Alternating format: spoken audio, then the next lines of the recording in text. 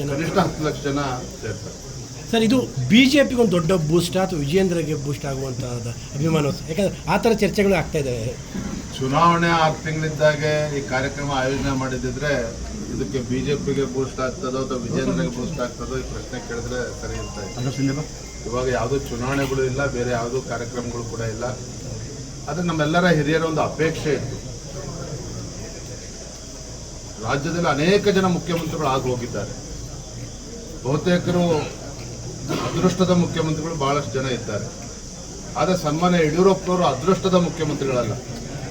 ಅವರ 50 ವರ್ಷದ ರಾಜಕೀಯ ಪಯಣದಲ್ಲಿ 45 ವರ್ಷಗಳ ಕಾಲ ವಿರೋಧ ಪಕ್ಷದಲ್ಲೇ ಇದ್ದು ಹೋರಾಟವನ್ನು ಮಾಡಿರ್ತಕ್ಕಂಥದ್ದು. ಬಡವರ ಪರವಾಗಿ, ರೈತರ ಪರವಾಗಿ, ಶೋಷಿತ ಪೀಡಿತ ಸಮುದಾಯಗಳ ಪರವಾಗಿ ಯಡಿಯೂರಪ್ಪರು ಯಾವತ್ತೂ ಕೂಡ ಧ್ವನಿ ಎತ್ತುವಂಥ ಕೆಲಸವನ್ನು ಮಾಡ್ತಾ ಇದ್ರು. ನಾಡಿನ ಹರಗುರು ಚರಮೂರ್ತಿಗಳ ಒಂದು ಆಶೀರ್ವಾದದಿಂದ, ಕಾರ್ಯಕರ್ತರ ಒಂದು ತಪಸ್ಸಿನಿಂದ ರಾಜ್ಯದಲ್ಲಿ ಭಾಜಪ ಸರ್ಕಾರ ಬಂದಾಗಲೂ ಸಹ ಎಲ್ಲ ಸಮುದಾಯಗಳು ಕೂಡ ನ್ಯಾಯವನ್ನು ಕೊಡುವಂಥ ಕೆಲಸ ಮಾಡಿದ್ದಾರೆ. ನಮಗನ್ನಿಸ್ಬೋದು ಯಡಿಯೂರಪ್ಪನವ್ರ ಕಾರ್ಯಕ್ರಮ ಎಲ್ಲ ರಾಜಕೀಯ ಮುಖಂಡರುಗಳನ್ನು ಸೇರಿಸಿ ಮಾಡ್ಬೋದಿತ್ತಲ್ಲ ಅಂತೇಳಿ. ಅಂದರೆ ಎಲ್ಲ ಜಗದ್ಗುರುಗಳು, ಗುರುಗಳ ಎಲ್ಲ ಅಪೇಕ್ಷೆನೂ ಕೂಡ ಇತ್ತು. ಎಲ್ಲರ ಹಿರಿಯರ ಸಮ್ಮುಖದಲ್ಲಿ ಆಗಬೇಕು ಅಂತೇಳಿ ಆ ನಿಟ್ಟಿನಲ್ಲಿ ಇದನ್ನು ಆಯೋಜನೆ ಮಾಡಿದ್ದೇವೆ. ಯಾವುದೇ ಒಂದು ರಾಜಕೀಯ ಬಣ್ಣ ಕಟ್ಟುವಂಥ ಅವಶ್ಯಕತೆ ಇಲ್ಲ.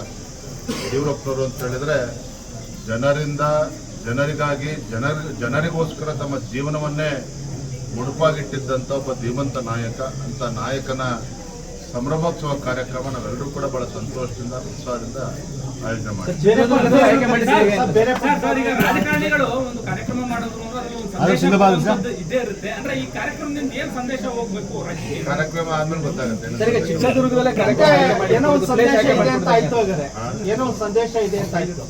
ಚಿತ್ರದುರ್ಗದಲ್ಲಿ ಯಾಕೆ ಅಂತ ಹೇಳಿದ್ರೆ ನಮ್ಮ ಗೌರವಾನ್ವಿತ ಗೋವಿಂದ ಕಾರಜೋಳಜಿಯವರು, ಪ್ರಭಾಕರ್ ಕೋರೆಯವರ ಅಧ್ಯಕ್ಷರಿದ್ದಾರೆ. ಸ್ವಾಗತ ಸಮಿತಿಗೆ ಗೋವಿಂದ ಕಾರಜೋಳಜಿಯವರು ಗೌರವಾಧ್ಯಕ್ಷರಿದ್ದಾರೆ.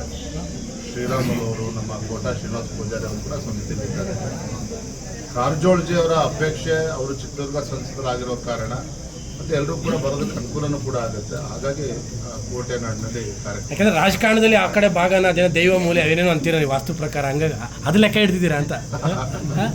ಅದರೇನಿಲ್ಲ, ಎಲ್ರಿಗೂ ಅನುಕೂಲ ಆಗಲಿ ಅಂತೇಳಿ. ಸರ್, ಪ್ರಮುಖವಾಗಿ ಬೈ ಎಲೆಕ್ಷನ್ ರಿಸಲ್ಟ್ಸ್ ಬಗ್ಗೆ ಎಷ್ಟು ಹೋಪ್ಸ್ ಇದೆ? ಮೈಸೂರು, ದಾವಣಗೆರೆ, ಬಾಗಲಕೋಟೆ ಮತ್ತು ದಾವಣಗೆರೆ ದಕ್ಷಿಣ. ಭಾರತೀಯ ಜನತಾ ಪಾರ್ಟಿ ಬಾಗಲಕೋಟೆ ಹಾಗೂ ದಾವಣಗೆರೆ ದಕ್ಷಿಣದ ಬಗ್ಗೆ ಎಷ್ಟು ವಿಶ್ವಾಸದಲ್ಲಿದ್ದೇವೆ ಅನ್ನೋದಕ್ಕಿಂತ ಹೆಚ್ಚಾಗಿ ನನಗೆ ಅನೇಕ ಜನ ಕಾಂಗ್ರೆಸ್ ಮುಖಂಡರು ಮಾತನಾಡಿದ್ದಾರೆ. ಎರಡರಲ್ಲೂ ಕೂಡ ನಾವು ಗೆಲ್ತೀವಿ ಅನ್ನೋ ವಿಶ್ವಾಸ ನಮಗಿಲ್ಲ ಅನ್ನೋ ಮಾತನ್ನ ನನ್ನೆದುರುಗಡೆನೆ ಕಾಂಗ್ರೆಸ್ ಕೆಲವು ಮುಖಂಡರು ಹೇಳ್ಕೊಂಡಿದ್ದಾರೆ. ಮತ್ತೆ ಇದು ವಾಸ್ತವಿಕ ಸತ್ಯವೂ ಕೂಡ ಹೌದು. ಮತ್ತೆ ನನಗನ್ನಿಸ್ತದೆ ಚುನಾವಣಾ ಫಲಿತಾಂಶ ಬಂದ ನಂತರದಲ್ಲಿ ರಾಜ್ಯದ ಮುಖ್ಯಮಂತ್ರಿಗಳಿಗೆ ಮತ್ತೆ ಕಾಂಗ್ರೆಸ್ ಸರ್ಕಾರಕ್ಕೆ ಜ್ಞಾನೋದಯ ಆಗ್ತದೆ ಅಂತ ಕಾಣ್ತದೆ. ತಾವು ಮೈಸೂರೇ ನೋಡ್ತಾ ಇದ್ದೀರಿ, ಕರ್ನಾಟಕ ರಾಜ್ಯ ಒಂದು ರೀತಿ ಉಡ್ತಾ ಪಂಜಾಬ್ ಆಗಿರುವಂಥದ್ದು. ಈ ಮಟ್ಟದಲ್ಲಿ ಡ್ರಗ್ ಹಾವಳಿ ನಮ್ಮ ರಾಜ್ಯದಲ್ಲಿ ಹಿಂದೆಂದೂ ಕೂಡ ನಾವು ನೋಡೋದಕ್ಕೆ ಸಾಧ್ಯ ಆಗಿರಲಿಲ್ಲ. ಮೊನ್ನೆ ಹುಬ್ಳಿ ಧಾರವಾಡದಲ್ಲಿ ಆದಂಥ ಘಟನೆ, ಒಬ್ಬ ಕಾಲೇಜ್ನಲ್ಲಿ ಓದ್ತಾ ಇರ್ತಕ್ಕಂಥ ವಿದ್ಯಾರ್ಥಿಯನ್ನ ಅಲ್ಲಿಯ ಪೊಲೀಸರು ಅವ್ರನ್ನ ಕೇಸ್ನಲ್ಲಿ ಇಂಪ್ಲಿಕೇಟ್ ಮಾಡಿ ಅವನು ನಿರಪರಾಧಿ ಅಂತೇಳಿ ಗೊತ್ತಾದ್ಮೇಲೂ ಸಹ ಆ ಬಡ ಕುಟುಂಬದಿಂದ 50,000 ರೂಪಾಯಿ ಲಂಚ ಸ್ವೀಕಾರ ಮಾಡಿ ಬಲವಂತವಾಗಿ ಲಂಚ ಇಸ್ಕೊಂಡಿರೋದಕ್ಕೆ ಉದಾಹರಣೆ ಕೂಡ ಕಂಡುಬಂದಿದೆ. ಏನು ಹೇಳಿದು ಕೊಟ್ಟಿದ್ದೇನೆ ಅಂತ ಹೇಳಿದ್ರೆ, ಕಾಂಗ್ರೆಸ್ ಸರ್ಕಾರ ಮನುಷ್ಯತ್ವವನ್ನು ಕೂಡ ಕಳ್ಕೊಂಡಿದೆ ಅಂತ ಹೇಳಿದ್ರು ಕೂಡ ತಪ್ಪಾಗ್ಲಾರ್ದು. ಯಾಕೆ ಮಾತನ್ನು ಹೇಳ್ತಿದ್ದೇನೆ ಅಂತ ಹೇಳಿದ್ರೆ, ಒಂದು ಕಡೆ ರಾಜ್ಯದಲ್ಲಿ ಅಭಿವೃದ್ಧಿ ಅಂತಕ್ಕಂಥದ್ದು ಏನೂ ಕೂಡ ಇಲ್ಲ. ಮೈಸೂರಿನಲ್ಲೇ ಕಳೆದ 3 ವರ್ಷ ಏನಾಗಿದೆ ಅನ್ನೋದು ನಿಮಗೆ ಗೊತ್ತಿದೆ. ಯಾವ ರೀತಿ ಅಭಿವೃದ್ಧಿ ಕೆಲಸ ಕಾರ್ಯಗಳು ಆಗಿದ್ದು, 8,000 ಕೋಟಿ ಅನುದಾನ ಕೊಟ್ಟಿದ್ದು ಎಲ್ಲವೂ ಕೂಡ ಗೊತ್ತಿದೆ. ಆದರೆ ಯಾಕೋ ಏನು ಮೈಸೂರು ಜಿಲ್ಲೆಯೂ ಕೂಡ ಒಳಗೊಂಡಂತೆ ರಾಜ್ಯದ ಯಾವುದೇ ಜಿಲ್ಲೆಗಳ ಬಗ್ಗೆ ಅಭಿವೃದ್ಧಿ ಬಗ್ಗೆ ಕಿಂಚಿತ್ತೂ ಕೂಡ ಕಾಳಜಿ ಮಾಡಿಲ್ಲ. ಇದು ಒಂದು ಭಾಗ. ಮತ್ತೊಂದು ಕಡೆ ಭ್ರಷ್ಟಾಚಾರ ಯಾವ ಮಟ್ಟಕ್ಕೆ ಬಂದು ನಿಂತಿದೆ ಅಂತ ಹೇಳಿದ್ರೆ ಧಾರವಾಡ ಉದಾಹರಣೆನೇ ನಿಮ್ಗೆ ಕಣ್ಮುಂದೆ ಇದೆ. ಇವತ್ತು